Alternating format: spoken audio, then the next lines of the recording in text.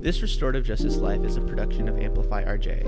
Follow us on all social media platforms at Amplify RJ, sign up for our email list, and check out our website at amplifyrj.com to stay up to date on everything we have going on. Make sure you're subscribed to this feed on whatever platform you're listening on right now so you don't miss an episode. And finally, we'd love it if you left us a rating and review. It really helps us literally amplify this work. Thanks for listening. Enjoy the episode. Welcome to This Restorative Justice Life, the podcast that explores how the philosophy, practices, and values of restorative justice apply to our everyday lives.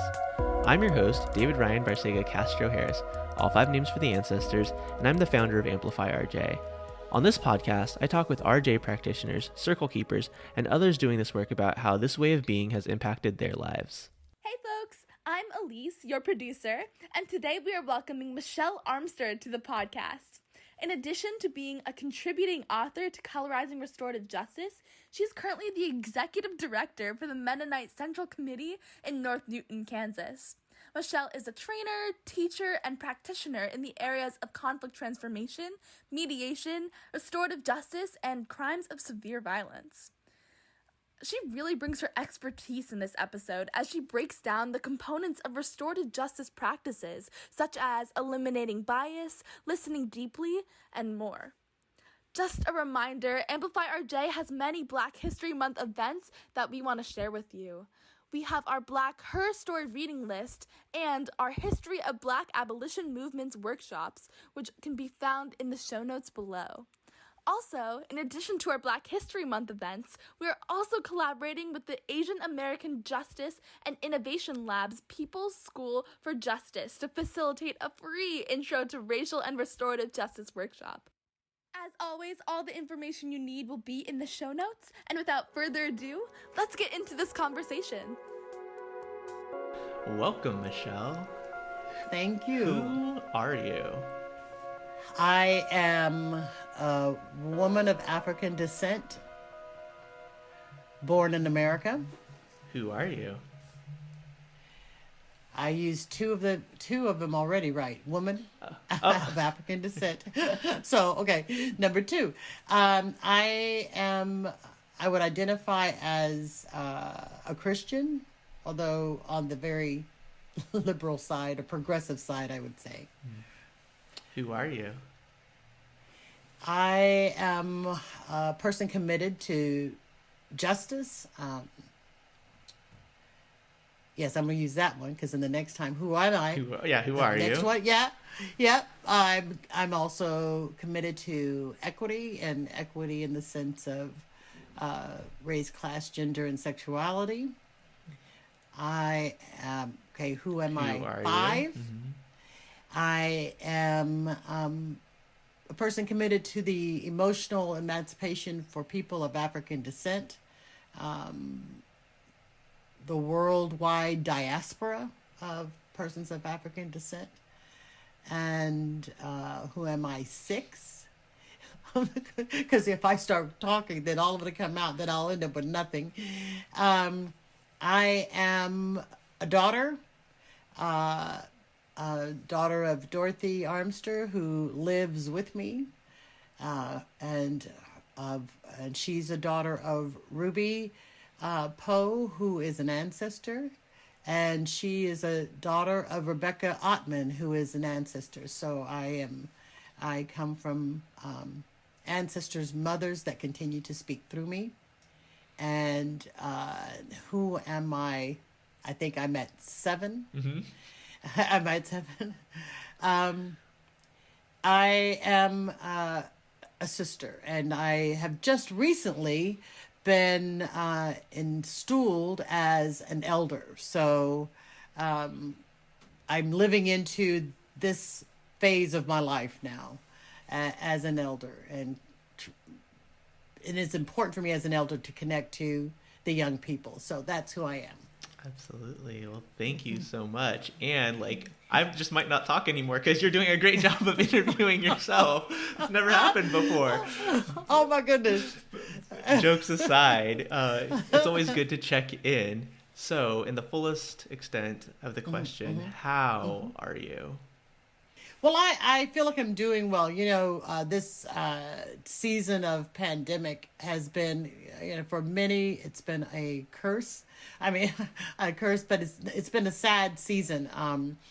Loss of life, and we see how the criminal justice system, the sheet has been taken off of the criminal justice system, but even more importantly during this season, the sheet has been taken off of the healthcare system and its disparity for Black and brown people. And although as communities we've often talked about it, but now it's being revealed. And so as well as just the inadequacy of the government to deal with this global pandemic has resulted in the number of deaths that hasn't been seen since the last pandemic of 1918. And so we have that in this year, and we have people isolating and sheltering in place. And so my thought for this year has been, we can social distance, but we don't have to. We can be physically distant, but we don't have to socially distance. And if we hold on to the way things used to be, we never have this opportunity to explore how do we do things differently. So that's so how am I today is I'm living into differently how to think of this as just being different. I've worked from home since March for the most part, and that's worked out well for my staff because weekly we meet to do it differently. And I also am caring for my elderly mother, which for me, this pandemic has given me the opportunity to do that. And so on the one hand, I've been grateful for that opportunity. So today, I'm just living one day at a time, trying to accept things as they come. And when you have an elder who has that progressive cognitive issues called dementia, each day is new. And so I'm just living into that. So that's how I am today. Yeah. It's always good to, fully acknowledge that, that's what people are dealing with. And so thank you so much for sharing. And we're going to explore some of those things, especially about your work from home and the work that you're doing in a moment. But, we're here on this restorative justice life to talk about how, this way of being has impacted both your professional and personal lives. But you learned the word restorative justice much later in your life. So in your own words, how did this work get started for you? Yeah. Well, I started, it's interesting. I worked as a insurance claims adjuster in Dallas, Texas, many years ago. And what happened in that insurance industry is with cases, they began to send cases to mediation. Mm-hmm. They thought it would be, more cost effective, that sort of thing. So as an examiner, I enjoyed taking my cases to mediation, to talk with the other party, the victim usually, and to kind of negotiate settlement.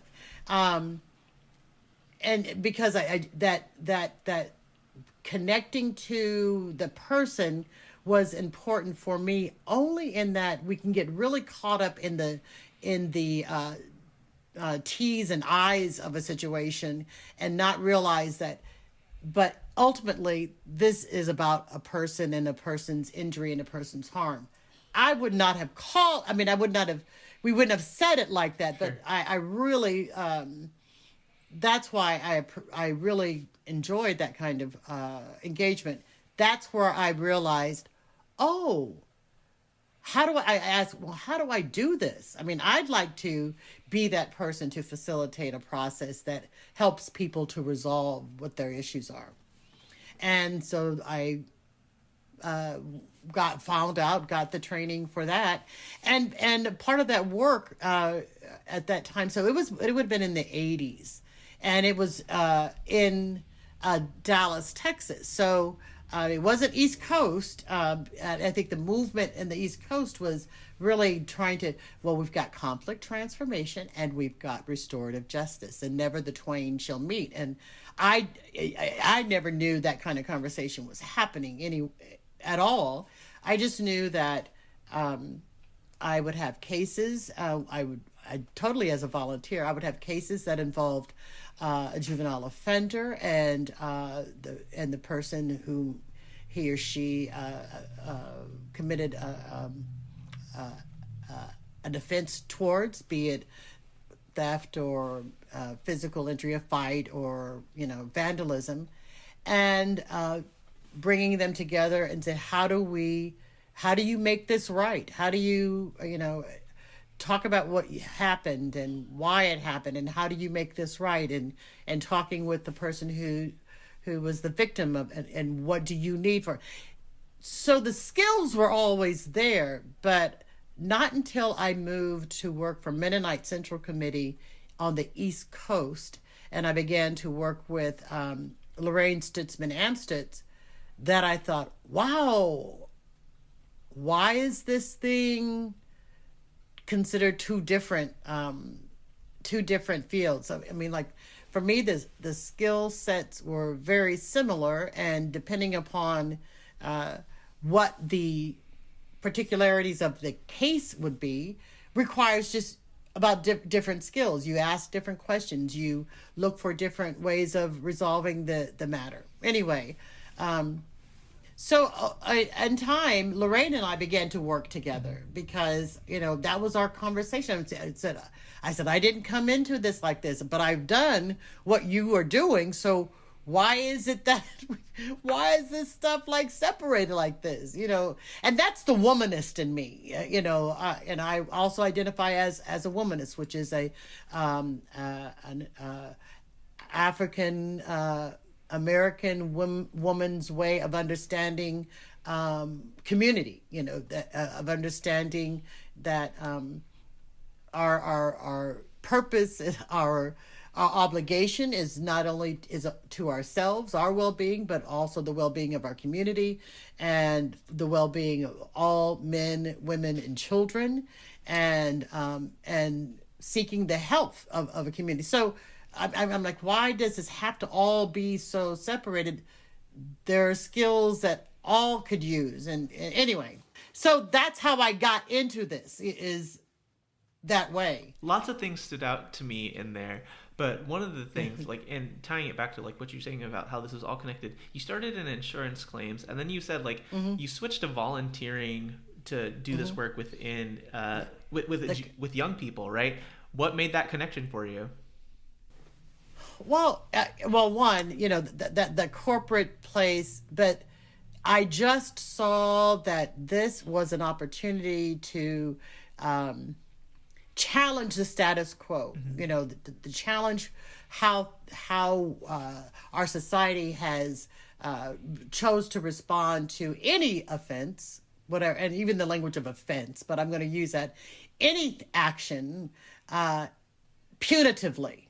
And I wanted to do something that provided an opportunity that there are other ways to look at this. There's other ways to approach the situation, and that idea of taking children out of their community without any connection, So this is part of my philosophy, and that is, white supremacist culture is about individuals. It's it's my rights, and it's I want, and I have the right to. Whereas I believe that Afrocentric and other indigenous understanding, it's about I have an obligation. I have an obligation to the children, to the community, to the well-being of the whole. And so I saw that as a way for me to connect with community, to connect with young people, and to just to give back. I mean, because at that time in my life, I was doing well, and so I don't do well and not do anything. That just that just doesn't seem right. Yeah. That's, So even before you knew mediation work, like you had Yeah. a value system that was about connection to community. Yes. Where did you learn that? Yes. Well, family, mother, father, aunties, uncles, grandma. So I believe it, when we talk about epigenetics, and I don't bring in some other concepts, but that idea that there is, that there are things within our bodies that we hold from our ancestors, for those who've come before. Now I know that I hold in my body lynchings, because I know that my great grandfather was lynched. I hold in my body rape, because I know that my great grandmother was a product of rape. She is a child of the slave master who raped her mother. But I also hold in my body the values that were able to continue in spite of the Middle Passage, and those values are about family and community and wanting the best. And people may do wrong, but you don't. Your first inclination is not to kick them out or kick them, to ostracize them. It's like, how do we keep them in the community? Not everybody is going to do what's right to stay in the community, but you don't kick them out first. You try to see how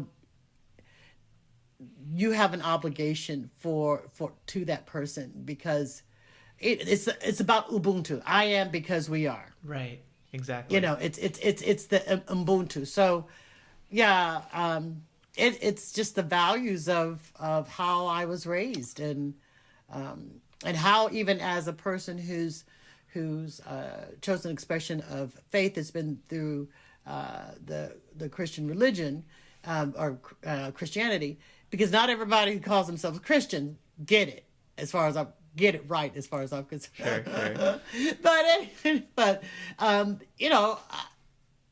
if looking at the ways of Jesus, it was about bringing people in and keeping people in and healing people in the community. And, so I don't know it. I don't know it any other way. I couldn't see it any other way. Yeah. So. It was just really interesting to me that you said the start of this was like learning this like mediation through insurance claims, because like just in the short time I was talking to you, like I knew it had to be something before that, like you like from your family, and like that epigenetic piece, like that intergenerational trauma, but also the gifts that come from our ancestors are so important. You've also talked about how your faith is an important piece of this work for you. How does your faith and the work that we're calling quote unquote restorative justice intersect and impact each other?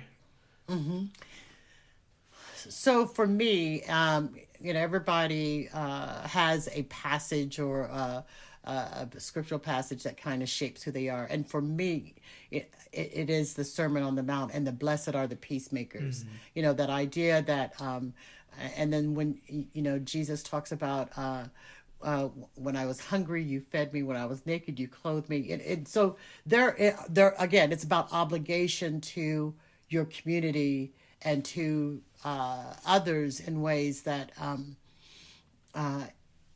is about bringing healing, Ubuntu, shalom.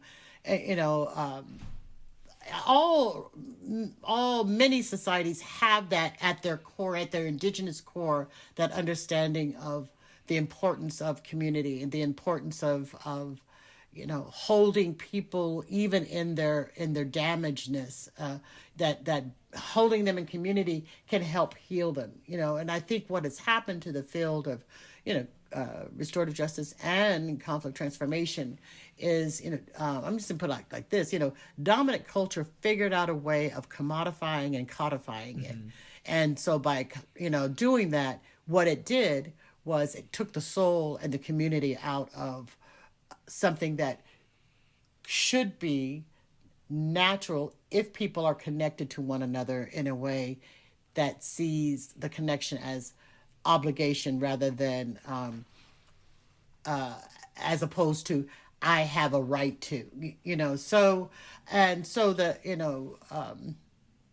that commodification and that codification of that always happens, like, oh, we figured out we can make some money at it, and so let's make it so that you have to go through these trainings for it, and make sure that these trainings are at a price that not everyone can afford it. And so then what do you have? You have a bunch of white men who are dictating what's proper restorative justice, what's proper conflict transformation. Don't get me started. Just don't even. Well, get me started. I'm about to get you started, because part of the reason that you're here today is to talk about your chapter in the book Colorizing Restorative Justice. And it's not just because your co-author is one of my good friends, Christiane, along with Erica and Lorraine. But because the title of this chapter is called Burn the Bridge. And I'm just going to read a piece of the introductory paragraph for the listeners. A bridge has often been used as a metaphor to talk about how restorative justice is a link to Aboriginal and Indigenous communities around the world who have lived out what restorative justice means. Yet it is false to claim that restorative justice in its current iteration is honoring the traditions of Indigenous people. We are not living out the values of those original traditions, and restorative justice does not truly honor the roots of Aboriginal and Indigenous people in its current colonial form. Instead, restorative justice is rooted in a Western white supremacist cisgender male dominated system, echoing a lot of what you just said right now. Yes. And I just want to get you started and go. I mean, so yes. And so what does it mean to, the question is, what does it mean to decolonize restorative justice? As it is articulated, touted, even praised, this present iteration of it, how do we decolonize it? And language is really important, right? So restorative, obviously, so restorative justice, what are we restoring to? What are the implications of that? So are we restoring people into community? That's one thing. But if we're talking about restorative justice in some way that implies that the previous is better, that's problematic for me. You understand what I'm saying? Like, that because we were using oppressive, dominant systems and values, are we restoring it to that? I mean, that's I think when I think about that, I'm thinking about mass incarceration.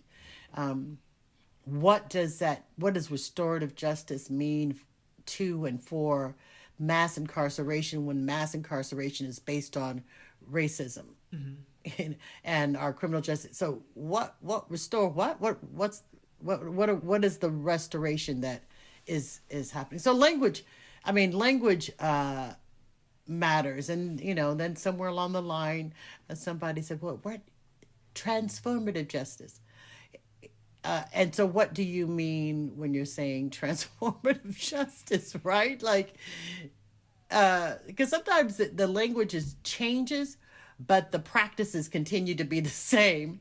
So there are other questions that I think we need to ask. And so that metaphor of the bridge, we're bridge building. Another phrase that I still bristle with is trust the process. What? Why? I want us to even examine the process. Why? What is this process that's so sacrosanct? Is this the only way to do what we do? And because that trust the process has been one of those. This is how we do victim offender, family group conferencing, circles, all the different tools. They've been codified and commodified as the way to do it. And I continue to ask the question, why is that the only way? And what are some other ways? And how do we hold open space for that? And I don't know. I struggle. I'm still in the field because it is a way of doing community of holding values that I believe in. So my criticism of it is because I really feel like it's important work, and I really feel like it is a way of addressing the ills of our society, or providing people an opportunity to be invited back into the community, or inviting communities to invite people back in. It's about that obligation to the community. Yeah. But I still struggle. A lot of threads in there that I want to pull on, and I don't think we're going to get to all of them, but like I'm going to try.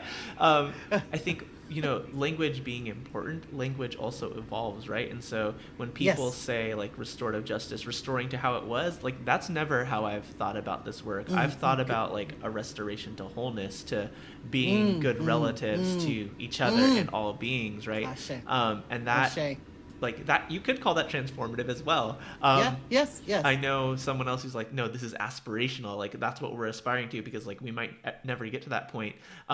What do we call this work? Because like to the point you're making, like, language is important, but like it's the practices and the values that draw you back. And on some level, I don't care what you call it. Just do it, right? Just do it, and do it well. Yes. And like, there's this balance.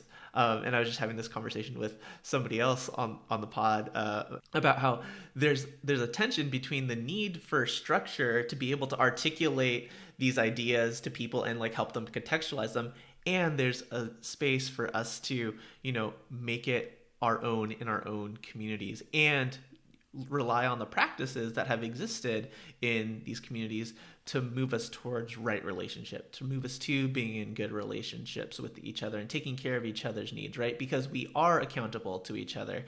We have an obligation to each other because of all the values that you've shared from Ubuntu and Lakech, Kapwa, Mitakoyas, and like Hoso. Like all of these words are so important, and like because of like white supremacy culture being an individualistic, dominating power, we've lost that. So when you ask the question, like, what do we do with a system that, holds that, what do we do with a system that oppresses people and then is asking us to come and restore within that system? I don't have an answer for that question.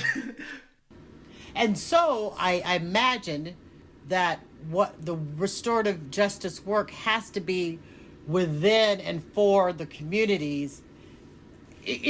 So again, I've done some work on crimes of severe violence. And so in crimes of severe violence, not all perpetrators are in a place, the identified perpetrator are in a place to speak to the ones who are a victim of their crimes for a variety of reasons.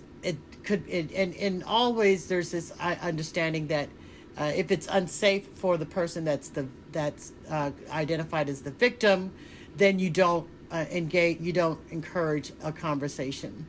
So I often think about our systems as that perpetrator that's been incarcerated for this crime, and oftentimes we are as the identified victims are going to the perpetrator for exoneration or for something or validation. Part of the field in crimes of severe violence is to provide space for that person who is the victim of, to what do you need to, not so much as to heal, but move to the next level. What is it that you need if this other person cannot give it to you? And how do we do that? Like, how do we provide that kind of work in communities to say, you deserve that break that has happened for you? How do we work with that? And I think the answer has to come from them. I also think of a friend who's doing work with mothers of murdered children. And, the system is not very helpful when it comes to, he had 2 arrests for drug possession, 3 years ago. So there's this penalizing, pathologizing, even labeling of the child, and so therefore the mother, who is still a victim of a crime because the child, you know what I'm saying? So what are how do we create restorative spaces that is not dependent on validation from the system who is a perpetrator? Those are the questions. I don't have any answers by any stretch of the imagination. Well, I mean, I think part of that is the work that I'm doing with, equipping people with the skills to do this work without having to ever engage the system, right? And the problem is that, we grow up with carceral logic ingrained in us from our parents, from society as a whole, from our parents, from schooling, from the places that we work. It's everywhere. And so part of it for me is just this work needs to be out there in as many places as possible, hence Amplify RJ, right? And, we're never going to be able to get this kind of justice truly within the system. And it's always this tension of our people are within the system, and so we need to be within the system, serving our people, helping them as much as we can. We need to survive. And we also need to build something else. Because burning things down without having these alternatives in place and viable for people to come into is not a path that I think very many people are willing to go down, and I don't know how effective that would be. Yeah. I agree with you, and so that when we say burn the bridge, it's understanding that there are other paths, that there are other paths. Why not? Let's just walk across this water, or is there a way to build a boat to cross this water? But when we rely on that bridge as the only path, but we don't see what the other possibilities are. And I think that's the challenge, that again, creating those spaces to one, recognize that the people have the skills. They know what they want. They know what they need. And so how do we create that, and how do we affirm them? Look, y'all know what you need. You know it within yourself. So let's talk about how do you talk about it, and then we could talk about how does this happen, and talk about, how do we value our community again? How do we value our people again? How do we, and let's not expect anything from the system. It was not created for us to do well. It just was not designed that way. And so instead of keep looking for it to do what's right, we have to find the other ways of reclaiming what it means to be community, what it means to be a part of, reclaiming Kapwa and Ubuntu, and how do we bring those values again? Yeah, what does that look like for you? I for me, it's about being present for, being there for. I have a number of much younger women that I, doesn't make any difference what they call me. One calls me auntie, one calls me mom, one calls me, elder. I mean, it doesn't make any difference what they call me, but just being there for them. And having these conversations. I was asked to be on a panel not too long ago with this organization in Kansas called Progeny, and these are young people who are working at alternatives to juvenile justice, juvenile incarceration, and so they asked one of my mentees, do you know any elders who'd be willing to, come on the panel? And she said, oh yeah, my auntie will do it. So she called me and hemmed and hawed and said, so do you? I said, whatever it is, I'll do it. Just let what is it, what time? And what was important for me before I even started, I said, look, I want to tell you guys this right now. I'm sorry. because we let you down.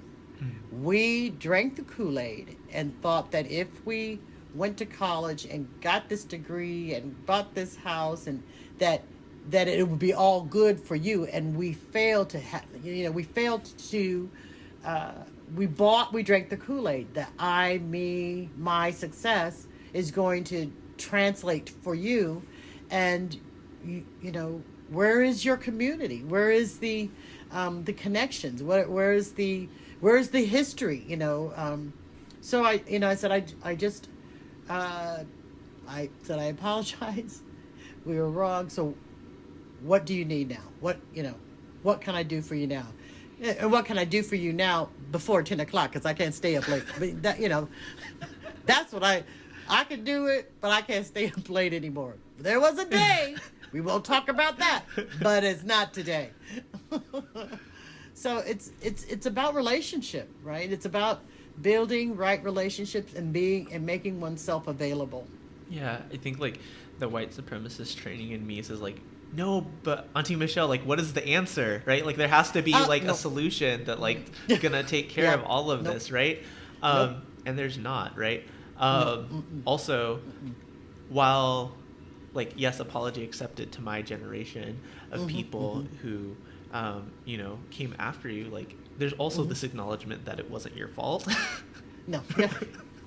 Right? Like, it's like things have been constructed around you to like indoctrinate you into that thinking, right? Oh, absolutely. And absolutely. Now that you and I, right, have come to consciousness, and many others have, it's just like, how do we build our relationships to sustain each other, take care of each other, and I think there's another edition of this podcast where it's just like, restorative dreaming. Like, what are all the ways that we can build this world? Because like, there isn't just the bridge. Like, we can learn to be really good swimmers. We can build boats. We can build like another type of bridge, right?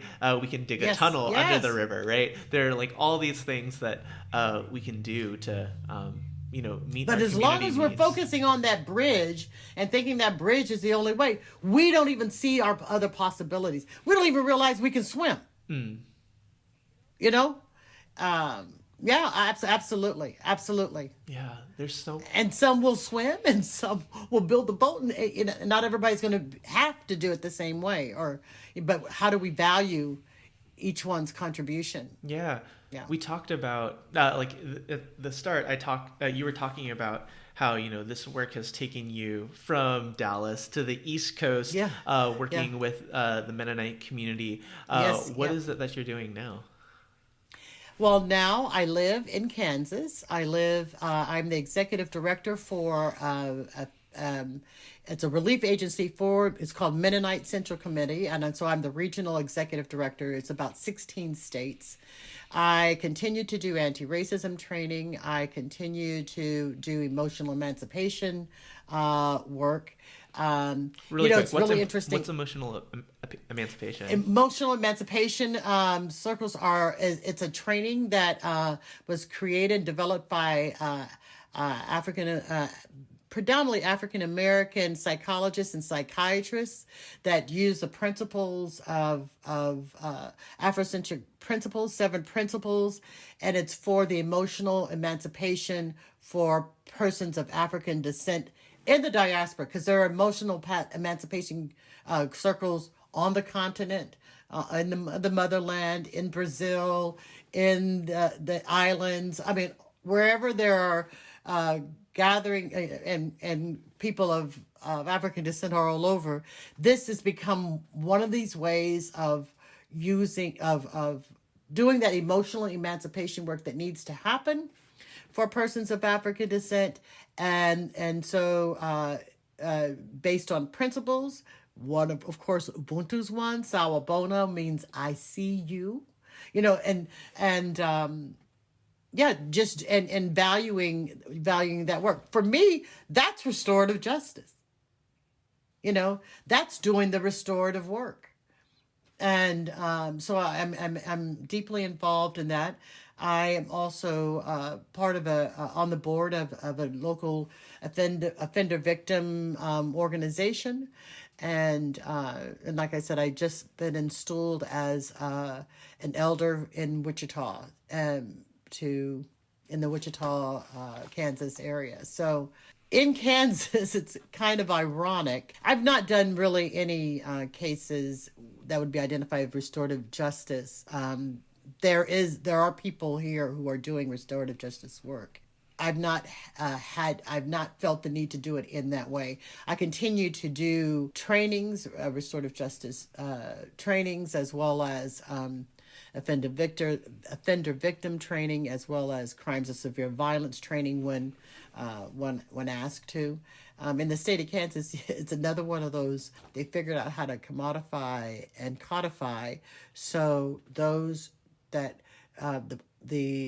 for instance, crimes of severe violence cases can only be done with people who work for the Kansas Department of Corrections. They are the facilitators. Volunteers, community people cannot be a part of this process unless you go through an extensive training, which will only happen during work day. Don't even get me started. It's just, again, an example of commodification, codifying, and taking the community out of it. Yeah, so I just try to do things in different ways in different organizations. And that is always going to happen when people of color, marginalized people come up with all of these ideas that are helpful for our communities. There is a logic that says oh yeah, let's scale this up and institutionalize this so more people can benefit. And I understand where that comes from, but what do you lose when you bring that practice? Well, but do more people benefit? I mean, I think that's the lie that's being told. Does do more people benefit when it's being scaled up and commodified? Because I think if there were volunteers, then there would be more people who are willing to do the type of facilitating work. But when you have only one or two people in the Kansas Department of Corrections that are responsible for doing all cases, how is that more people will be served? So I think that's the lie that's told. I think, again, forget the language, but what are the results? What's the reality? Yeah, I can think of not naming states or specific places, right? But I can think of a restorative justice-like court that exists, right? Only sees basically possession cases of drugs. And when we're talking about restorative justice, when a possession case is really a crime, quote unquote crime, against the state, right? Of course, there can be harm to the community, but that's not what the people in this court are concerned about, right? It's how is this just diversion from the traditional justice system? So don't put the word restorative justice on it, right? Yes. There's lots of different things in there. This is airing during February, Black History Month. Granted, every month is Black History Month. At Amplify RGA, we're doing this series of workshops on Black abolition. What does abolition mean to you? Well, and I think abolition means to dismantle. And so when we talk about the criminal, to even call it criminal justice is just... it's not justice. So the criminal and justice system, that means it needs to be dismantled and reimagined. What is it that we're talking about when we're talking about that punitive piece that the society has that needs to be thought. Now there are offenses that people need to not be in society, especially when it causes when you harm another person deeply, or when you harm children. I mean, extreme violence. But there are many that are that are incarcerated where, the offense was against themselves, especially when you talk about drug offenses or So that's what abolition means to me: to dismantle, decolonize, and then to, I don't even want to say reconstruct, but construct something that is about the health, the well-being of the all. Yeah, I don't know. That's just what comes to mind. I'd like to think about that question more though, because there are people in our society who hear abolition, they just lose their cookies behind it, but I don't even know what other word is. I don't know what other word can be used, because that's what we're talking about. This system, the present system, needs to be abolished. Period. So let's burn that bridge, but let's talk about other ways of getting across. Like we were talking, like, hey, you didn't even realize you knew how to swim, like, yeah, so that kind of thing. Yeah, for sure. Yeah. What does restorative justice mean to you? So or how would you define it? How would I define it? Whoa. I see restorative justice as a way of life that values the community. It values the people and the people in the community, and it seeks the both and as much as possible, so that it seeks the wellness and the wholeness of the community and the wellness and the wholeness of each individual and in a community. That's restorative justice. And how do we do that? How do we get there? What do we need? What are the rituals? What are the ways forward? All of that is restorative justice. It's not one sentence. It's not one sentence. It's a way of being. I've asked this next question a couple ways. I'm going to try it this way. What's a restorative practice that you're really leaning into in your personal life right now? Listening. Something really basic is listening. Listening to the stories of the other.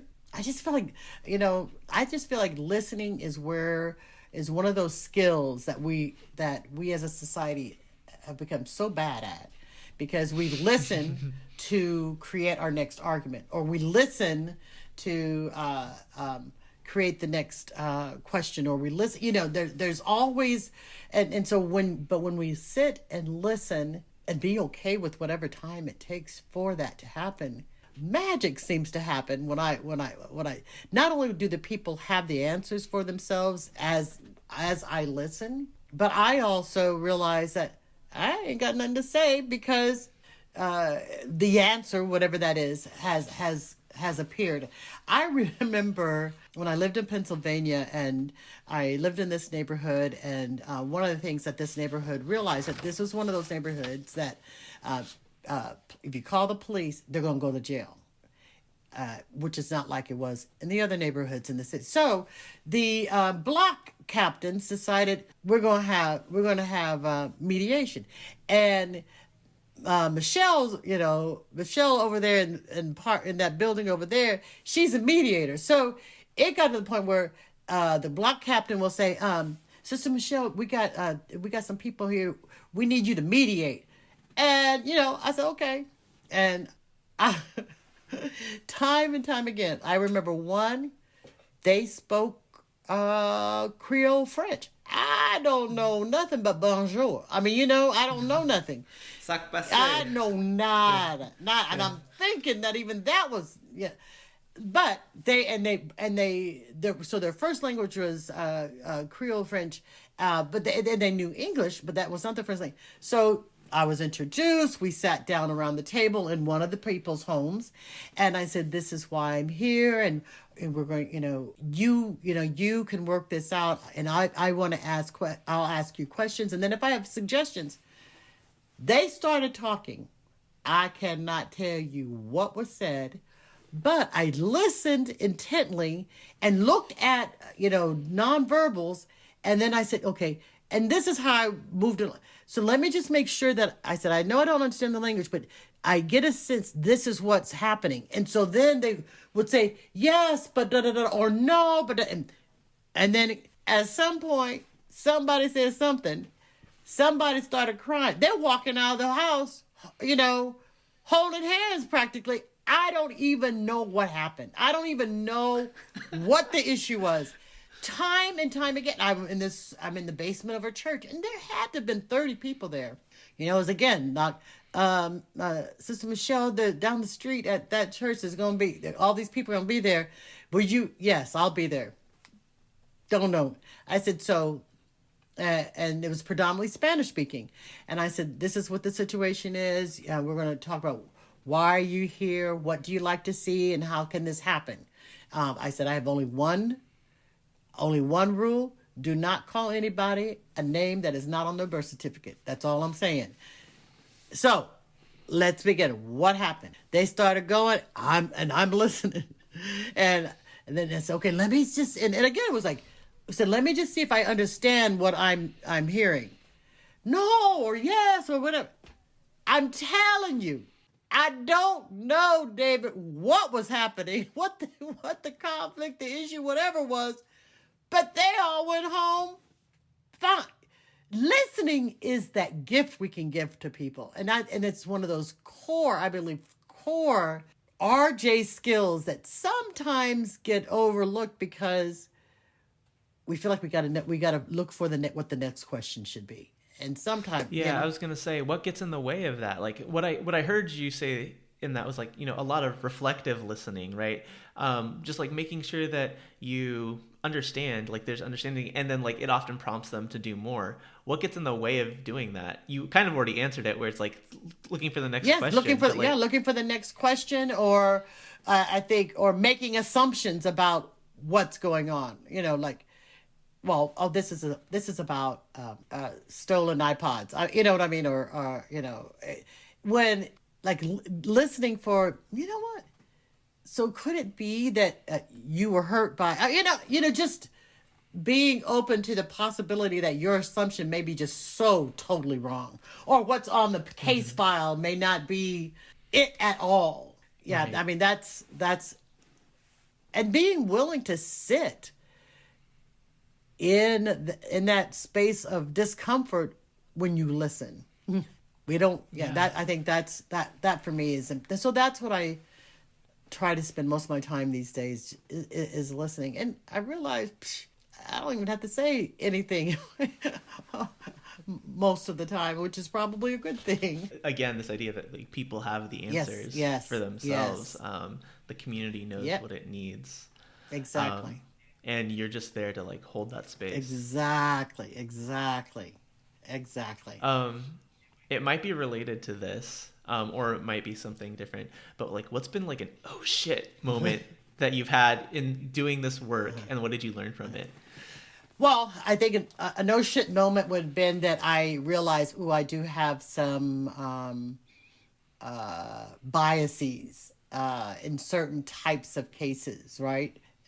In cases that involve, I just remember one case where it was the parent. Well, it wasn't.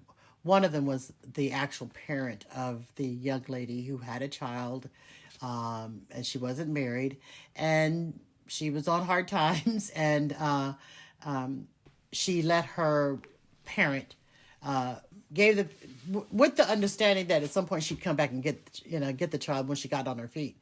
Well, her parent and who her parent was married to at that time, which was not biological, decided they wanted to adopt this baby. And this young lady was still not on her feet. And I realized, I'm like, man, y'all can't take this woman's child. Well, I realized that I really had some feelings around this. And so this whole idea of being, and that's when that really came to mind for me, like, oh, you know what? That whole objective value is a lie. I mean, you're like, that objectivity thing is a lie.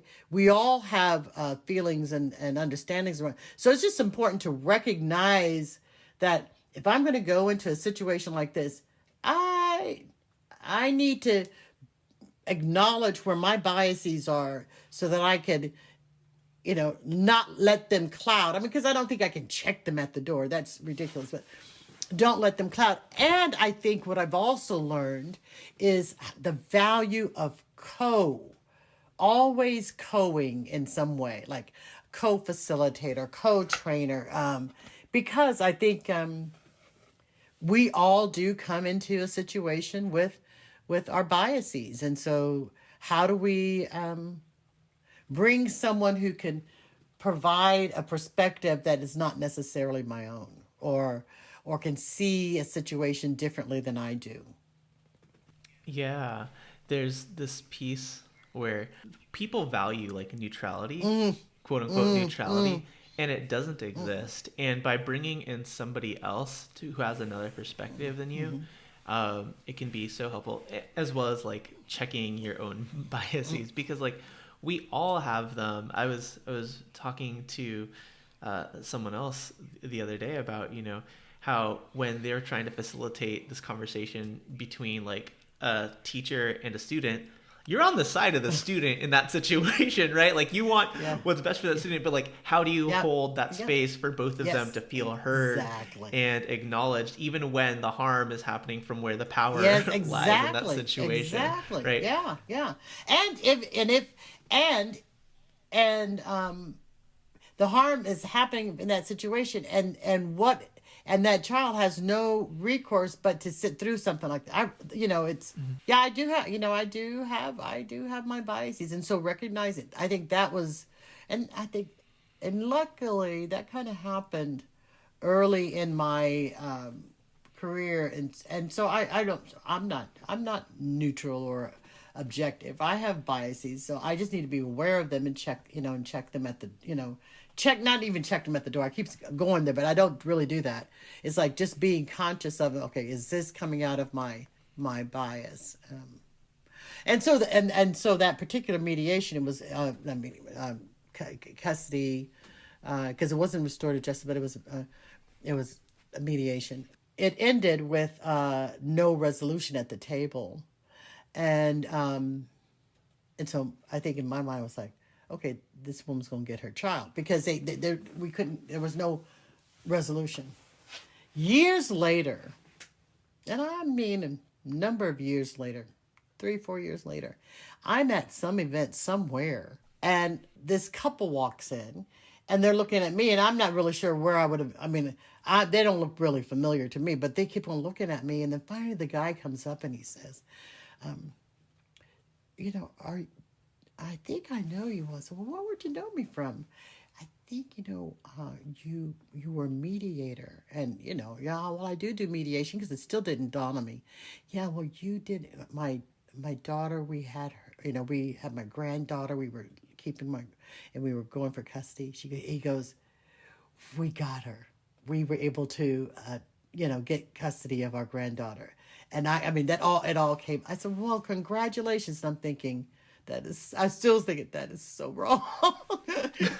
That is so wrong. But anyway, years later, I'm like, wow, I have no control over that. So that was a lesson all the way around. Yeah, it was also like, I think another piece in there is like not being tied to specific outcomes. Yes. Because you don't have control, right? When we're giving like people who are like most directly involved their self-determination. Yes, exactly. Right? You're only there to hold the space for them. You're there to be present, to listen, to help, but it's their lives. Exactly.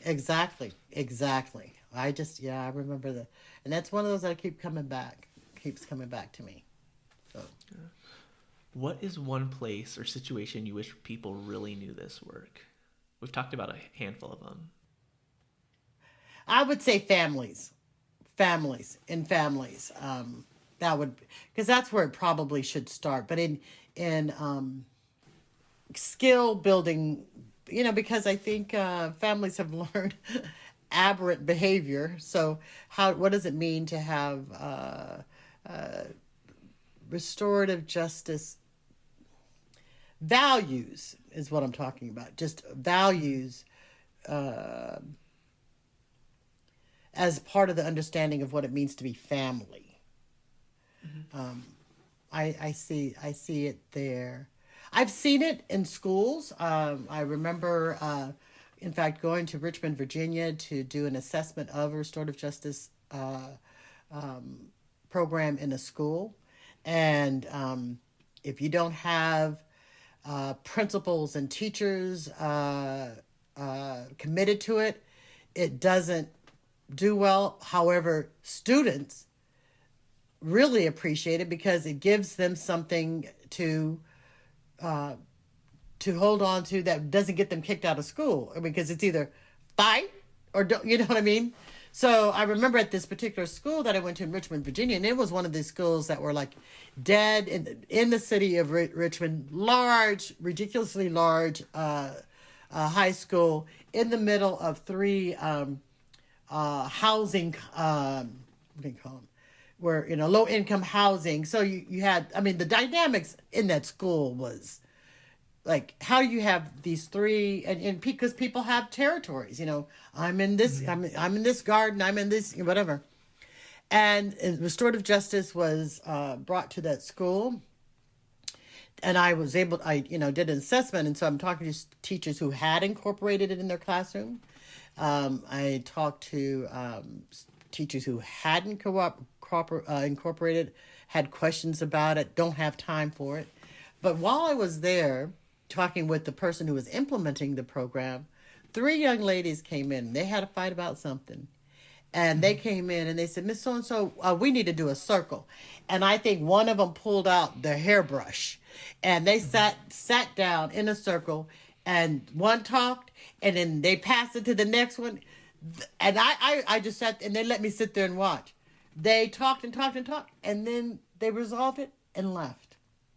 Because there was something they could do to help that stopped the escalation of, that could have been like a brawl. They had been trained to be able to resolve their issues restoratively. So schools could benefit from a more restorative approach rather than a punitive approach. And I think everybody could use some restorative justice skills. Yeah, it is all interconnected, yes. like you were saying. Yes. This is a question that I had thought about earlier, but I just remembered it right now. So it's a little off track from, the line that we were going down. When you co-wrote your chapter in Colorizing Restorative Justice, who did you have in mind as the reader? Women of color who are in the field, because I think that specifically for women of color, because it's kind of like we've occupy this liminal space as women of color, and we and I've had conversations with over the years with women of color who we go into a space, a restorative justice, conference, whatever. It's like we gravitate to each other, wanting to have these conversations because, there's always like something ain't quite right. Like these values are values that resonate, but something ain't right the way this is happening. So, and I would just have to say that's who I had in mind. And so that's why it was important for me to co-write with other women of color and to have that kind of frank and open conversation with Christiane and with Erica. And and they're younger in the field. And so having that conversation with younger women that are in the field. Yeah. What do you hope women of color get from that? One, that they're not crazy. Because that the feeling. 2, that there is something organic and natural about this process, and that we can do this together. That we can work together, because oftentimes in this effort to have co-facilitating teams, there's try the best to get there one, and I think that one, to make it all balanced, whatever that means. I'm being really facetious about it, but I think there is some work for us as women of color that we can do that can bring in the gender, race, class aspects that are often not talked about or even acknowledged in the field as being important issues and factors.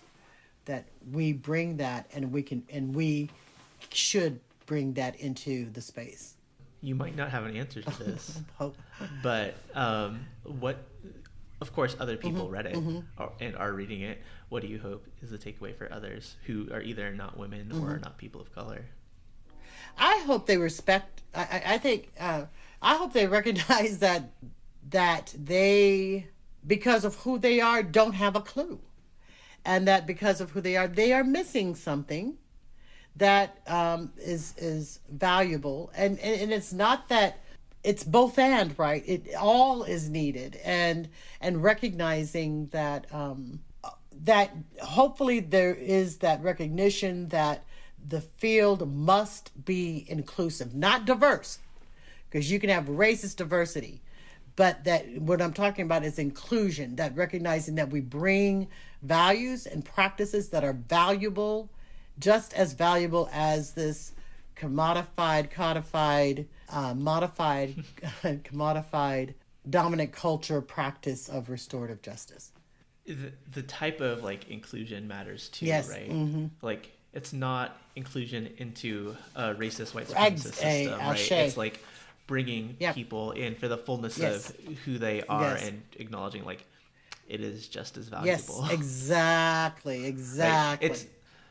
And I don't know that this is a relevant comment for people who've already sat through an hour of this podcast, right?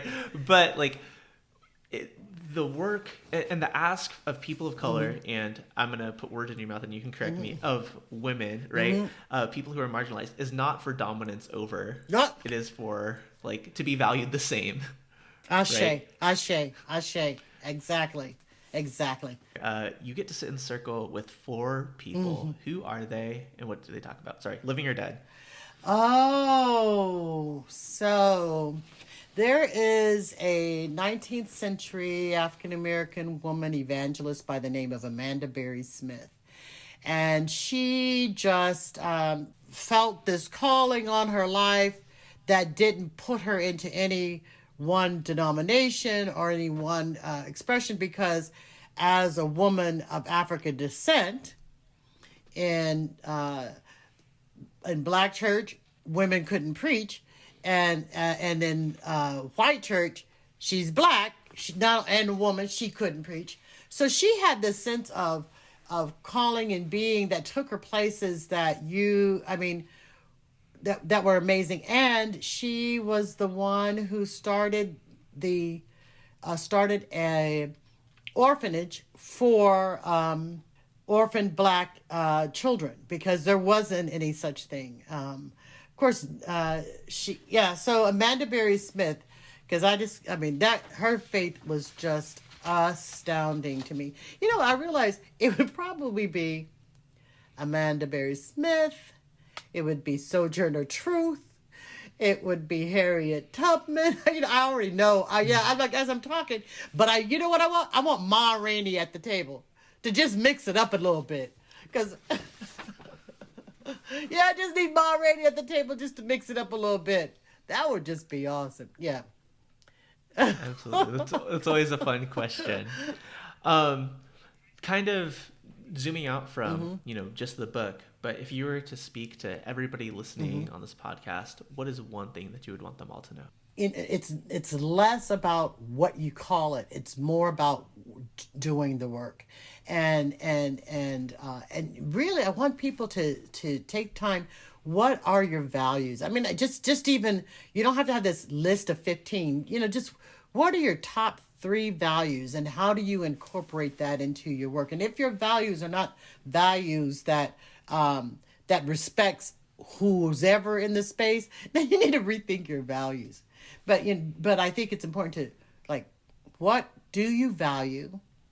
And even asking yourself, why is that value important? And then how do you incorporate that into your work? That's what I would want people to explore.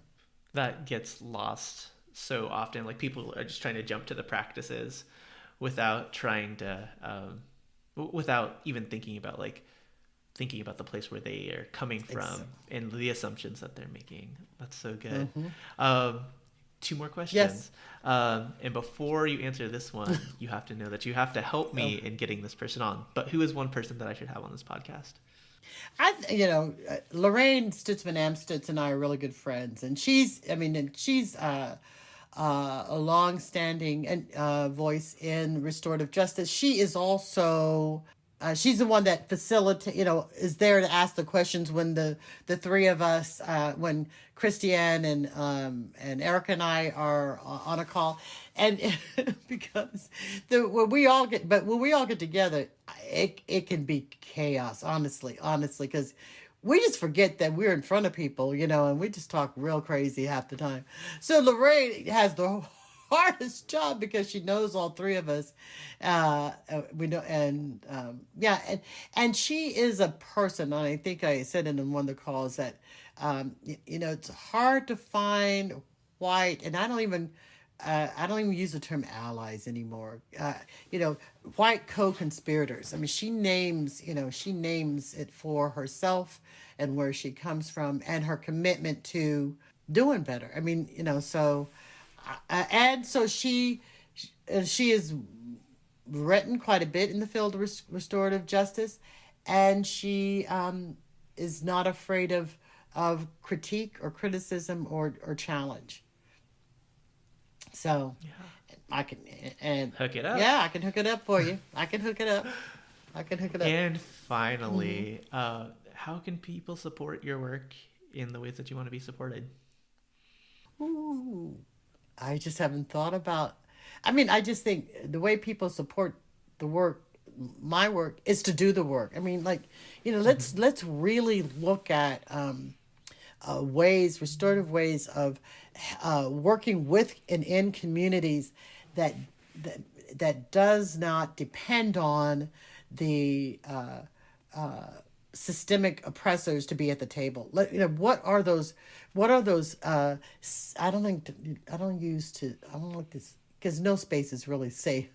But what are those brave spaces or those sacred spaces or those rituals? How do we create those types of opportunities? And of course for people of African descent, I think I believe emotional emancipation circles are one way. And so really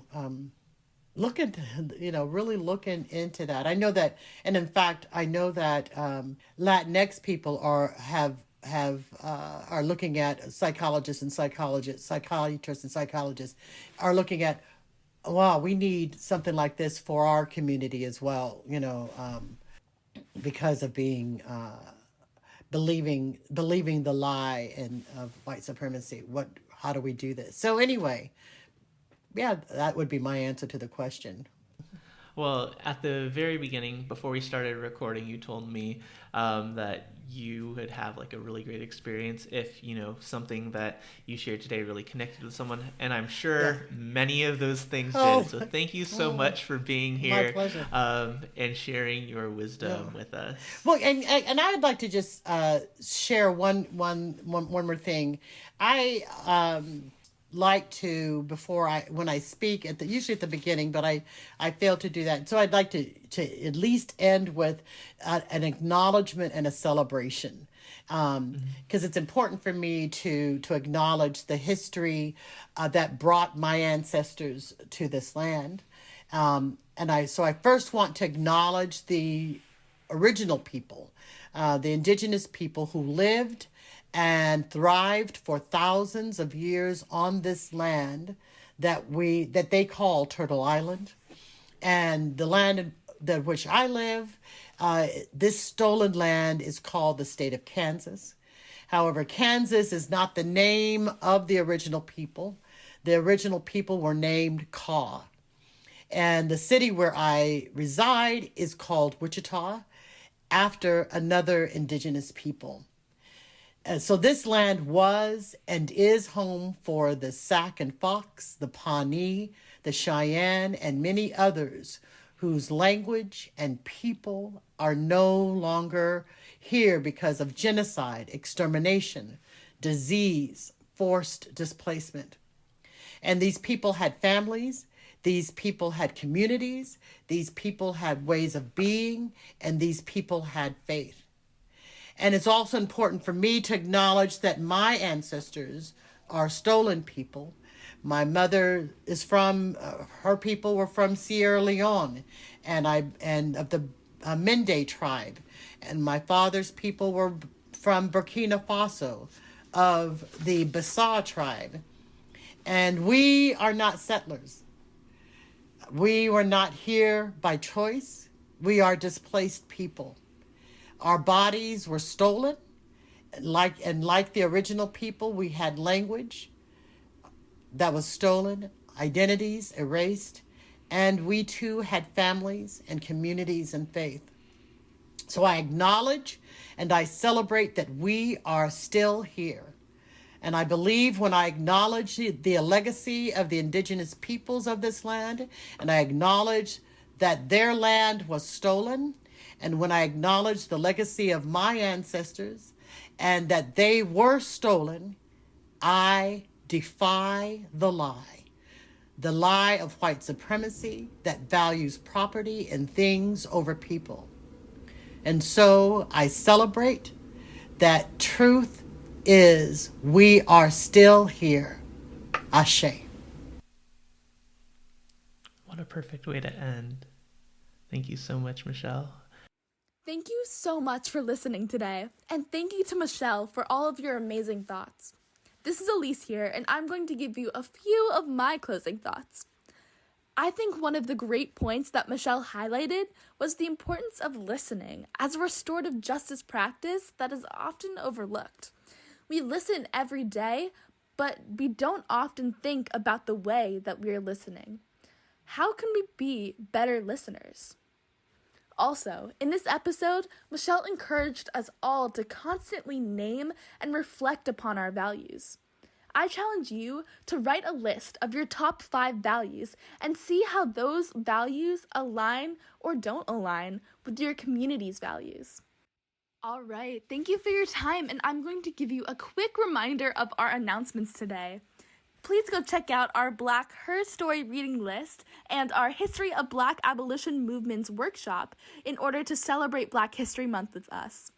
Also, don't forget about our collaboration with the Asian American Justice and Innovation Lab's People's School for Justice for our free Intro to Racial and Restorative Justice workshop.